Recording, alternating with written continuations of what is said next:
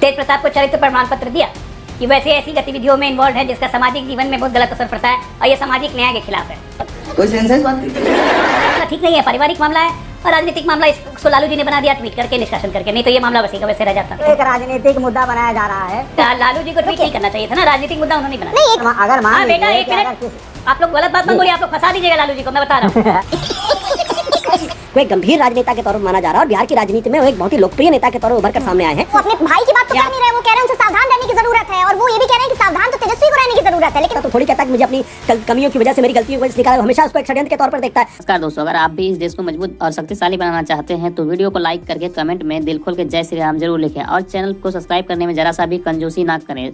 दोस्तों अब आते हैं डिबेट की मेन मुद्दे पे। दोस्तों ये डिबेट तेजू भैया की प्रेम कथा पर है, जिसमें वरिष्ठ पत्रकार आशुतोष गुप्ता का कहना था कि तेज प्रताप जो भी किया है उनका आपसी मामला है और हमें इस मामले में टांग नहीं अड़ाना चाहिए। उसके बाद जब एंकर ने इनसे बिहार चुनाव पे तीखे सवाल किया तो कालू तेज की बोलती बंद होगी और कालू तेज बौखला गया पूरी तरह से। उसके बाद डिबेट में चिल्लाने लगा। उसके बाद डिबेट में जो हुआ उसे देख के आपको काफी आनंद आ जाएगा। चलिए दोस्तों मेन डिबेट को स्टार्ट करते हैं। पिक्चर चालू करो बे। अजय आलोक जी, आपको लगता है कि यहाँ पर पार्टी को तोड़ने की साजिश हो रही है, भाइयों को अलग करने की साजिश हो रही है, और आप अपने लिए इसे कैसे देखते हैं? पिताजी, अपने से मेरा मतलब आपकी पार्टी से। जी सर। जरूर जाती हूँ। नहीं, मैं कह रहा हूँ आप किचन में जाती होंगी, जरूर जाती होंगी। प्याज छीला है आपने? आप ये कह रहे हैं ये परत है और एक एक करके परतें उतरेंगी। फिर अभी परतें उतरना शुरू हुई। मुझे तो आश्चर्य लग रहा है, कोई इसको राम दशरथ से जोड़ रहा है, कोई दूसरा अमजद जी कह रहे हैं इसको सब होते रहता है, कोई फर्क नहीं पड़ता है। अरे भाई, दशरथ जी ने जब राम जी को वनवास दिया था तो उनको चरित्र प्रमाण पत्र नहीं दिया था, जो लालू जी ने निष्कासित के वक्त तेज प्रताप को चरित्र प्रमाण पत्र दिया कि वैसे ऐसी गतिविधियों में इन्वॉल्व है जिसका सामाजिक जीवन में बहुत गलत असर पड़ता है और ये सामाजिक न्याय के खिलाफ है। पता नहीं सामाजिक न्याय को कहां से लाया लालू जी। दूसरा चीज ये कहना कि ये सब होते रहता है, तो सही बात है, होते रहता है। आरजेडी के चरित्र में तो ये बड़ा कॉमन सा चीज है, कोई नई बात थोड़ी ना है भाई। 2002 में आईएएस की पत्नी को सरेआम 1 साल तक लोग रेप करते रहे आरजेडी वाले। मृत्युंजय यादव फेमस, कोई हरकत नहीं। अरुण यादव हाल फिलहाल बच्चे का रेप करते रहे 6 महीने तक, आरजेडी ने कभी निष्कासन नहीं किया। राजबल्लभ यादव मंत्री से सुशोभित रेप के आरोपी, कुछ ऐसा किया नहीं। तेज प्रताप ने तो रेप नहीं किया, प्रेम किया था, शादी के बाद प्रेम किया था, बहुत लोग करते हैं।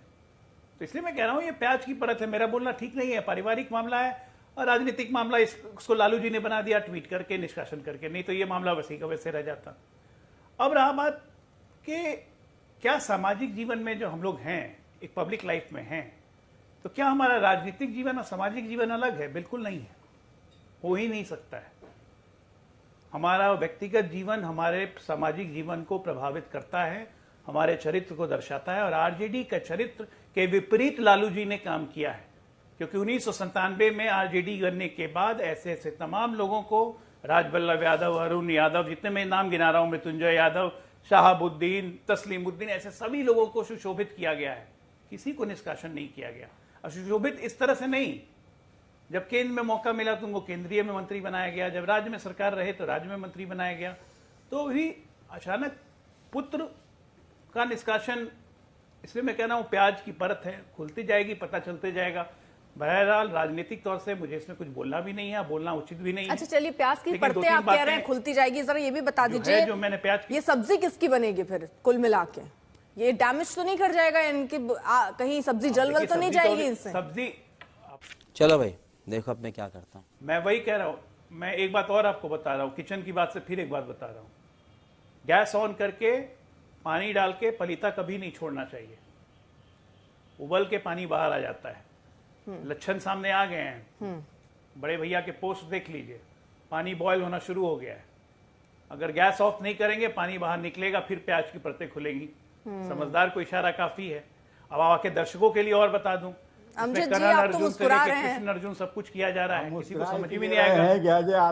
कृष्ण अर्जुन तो कभी भाई नहीं, करण अर्जुन भी भाई, बड़े बड़े नेताओं का भी जो वीडियो का मैं अभी एक- चल रहा था मैं एक लाइन बोल के- ठीक है ठीक है तमाम ठीक है, आप चीजों पे, कंप्लीट कर लीजिए अजय जी, आप जी, कंप्लीट कर अजय लीजिए, जी, रुकिए इसको अहमद बचाने का प्रयास अमजद जी, किया जरा गया उनको है। कंप्लीट कर लेने दीजिए, और ये एक तो सेकंड। एक राजनीतिक मुद्दा बनाया जा रहा है। हाँ। और मान लीजिए किसी भी पार्टी के अंदर राष्ट्रीय अध्यक्ष को अरे भैया, अधिकार तो होता है लालू जी को ट्वीट ही नहीं कोई करना चाहिए गलती था। हो, अमजद जी रुकिए अमजद तो जी, लालू जी को ट्वीट रुकिए। नहीं करना चाहिए था ना, राजनीतिक मुद्दा उन्होंने नहीं बनाया। नहीं, एक फिर ये सवाल है ना कि आखिरकार एक मौका क्यों नहीं दिया गया। लालू जी ने तो सामाजिक समरसता और न्याय के लिए ही काम किया है। और ये इसमें सामाजिक समरसता कहाँ गया आगे भाई? अपने बेटे को घर से बाहर निकाल रहे सामाजिक समरसता के लिए। नहीं, अगर मान हाँ बेटा, लीजिए एक कि मिनट, अगर किसी आप लोग गलत बात मत बोलिए, आप लोग फंसा दीजिएगा लालू जी को, मैं बता रहा हूँ। अरे नहीं, लीगल बिल्कुल इसका नहीं। एंगल समझ कैसे- लीजिए अमजद भाई, लीगल एंगल समझ लीजिए। आपका बोलना लालू परिवार के लिए खराब हो सकता है। लीगल एंगल ये है कि इनका डिवोर्स केस चल रहा है, इनकी पत्नी ऐश्वर्या के साथ डिवोर्स केस में साफ साफ को कॉन्स्पिरेटर लालू यादव हैं, राबड़ी देवी हैं, तेजस्वी यादव हैं। आज की तारीख में यह एलिगेशन लगाया जा रहा है कि 12 वर्षों से संबंध थे। इसका मतलब अगर पिता को, माँ को, भाई को, बहन को पता था कि इनके संबंध हैं, ये लिव इन रिलेशनशिप में रह रहे हैं, तो इन्होंने शादी कैसे होने दी? ये आपराधिक है, ये आपराधिक केसी में फंस जाएंगे। और इसलिए मैं कह रहा हूं लेकिन ये राजनीतिक मुद्दा अब एक बार सुनिए, मेरी बनाकर बात खत्म होने परिवार दीजिए। को यहाँ पे करण अर्जुन एक मिनट में बात खत्म कर लूं। अरे भैया आप बोलिएगा ना, मैं नहीं बोल रहा हूं, इसके बाद मैं नहीं बोलूंगा। मैं कह रहा हूं करण अर्जुन, कृष्ण अर्जुन, ये सब लिख के भावनात्मक सपोर्ट जो ले रहे हैं, तो मुझे आज की प्रेजेंट जनरेशन के हिसाब से कहना है, लायन किंग सबने देखी होगी, ये मुफासा और स्कारफेस वाला भी लग रहा है हिसाब किताब। ठीक है, और देखिए इसमें ना MY समीकरण कई बार बिगड़ रहा है क्या, इसको लेकर कई सवाल उठते हैं, क्योंकि जिनसे शादी हुई वो भी यादव, जिनसे प्यार की खबरें आई, जो पोस्ट सामने आए वो भी यादव। अब देखिए बिहार की कुल आबादी में 17% मुस्लिम और 14% यादव है, यानी अगर कुल मिला लीजिए तो 32% वोट इन्हीं दो वर्गों से आते हैं। आशुतोष जी, सारा खेल इसी को साधने का है क्या, कि कहीं वोट बैंक छिटक ना जाए, खासतौर पर यादव वोट बैंक? नहीं यार पिताजी, देखिए इसके दो नजरिए हो सकते हैं देखने के। एक तो नजरिया ये हो सकता है कि भाई उनकी व्यक्तिगत जिंदगी में क्या, और मुझे लगता नहीं कि हम जैसे लोगों को किसी की व्यक्तिगत जिंदगी में क्या हो रहा है उसके बारे में ना तो ताक झांक करनी चाहिए, ना उसके बारे में कोई बातचीत करें। और ये भारत की राजनीति की परंपरा भी नहीं रही है। यहाँ बहुत सारे ऐसे व्यक्ति थे, ऐसे नेता थे, बहुत बड़े बड़े नेता थे जिनकी अपनी व्यक्तिगत जिंदगी बिल्कुल अलग थी, और कभी भी वो हमारे देश के अंदर मुद्दा नहीं बना है। तो मुझे नहीं लगता कि हम जैसे लोगों को उस पर कोई टिप्पणी करनी चाहिए। जहाँ तक राजनीति का प्रश्न है, तो मेरा अपना मानना है कि आज की तारीख में नहीं, बल्कि जब से तेजस्वी यादव ने पार्टी की कमान संभाली है उसके बाद से निश्चित तौर पर तेज प्रताप सिंह अपने आप को हाशिए पर महसूस कर रहे होंगे। और वो पार्टी की, चूंकि तेजस्वी के बड़े भाई भी हैं और लालू प्रसाद यादव के बड़े बेटे भी हैं, तो उनको ये लगा होगा कि ये चीज़ें स्वाभाविक तौर पर उनके पास आनी चाहिए, स्वाभाविक तौर पर उनको उत्तराधिकारी होना चाहिए था, लेकिन वो उत्तराधिकारी के तौर पर पीछे रह गए। तो एक ईर्ष्या भी होती है और साथ ही साथ एक आपस में एक संघर्ष भी होता है।